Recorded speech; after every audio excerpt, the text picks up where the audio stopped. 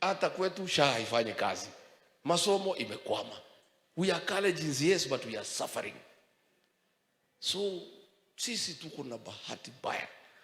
Sijui Mungu tulikukosea wapi, ya kwamba tulichagua rais ambaye ndio anapanga vita kwa nchi yake. Polisi wanalalamika, tunaambiwa tupige wa Kenya na hatutaki. Tunaambiwa tuharibu mali ya Wakenya, hatutaki. Tunaambiwa tufanye kazi na goons, hatutaki. Ndio huyu Murkome anatisha polisi. Ati nyinyi polisi mkisikika mkisema one time, tukisikia mkiita Ruto Kasongo mtafutwa kazi.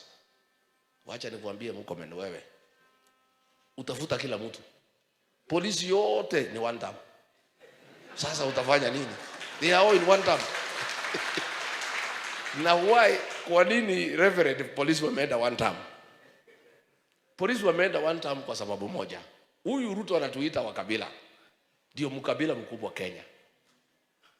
OCS wote Kenya, PD, DCIO, karibu 70% ameweka jamii yake. Sasa wanafinya hii polisi wengine. Na hao watu ya Ruto wa jamii yake, most of them ni walevi.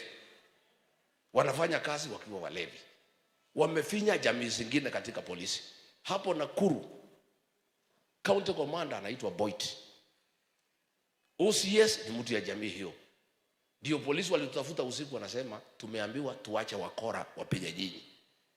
Sasa polisi wanasema vile Ruto ameweka jamii yake kutukalia. Hapa Nairobi, out of 33 OCS, 26 ni jamii ya Ruto. Ndio mkabila ile ujaona katika Jamhuri ya Kenya. Sasa polisi wanasema simtoe hii mtu akuwe one time, ndio hata sisi tupate nafasi. Number 2, polisi wanalalamika. Walienda Kiganjo wakapewa training. Walienda Embakasi wakapewa training. Training walipewa ni ya kulinda mali na maisha ya Wakenya.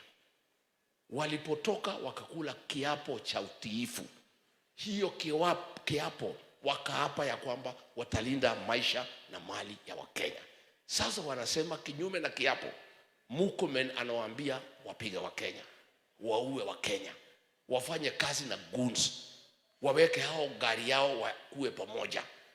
Polisi wanasema fukuzeni hii Kasongo akuwe one time. Kwa sababu sisi hatutaki kuua Wakenya, hatutaki kuumiza Wakenya.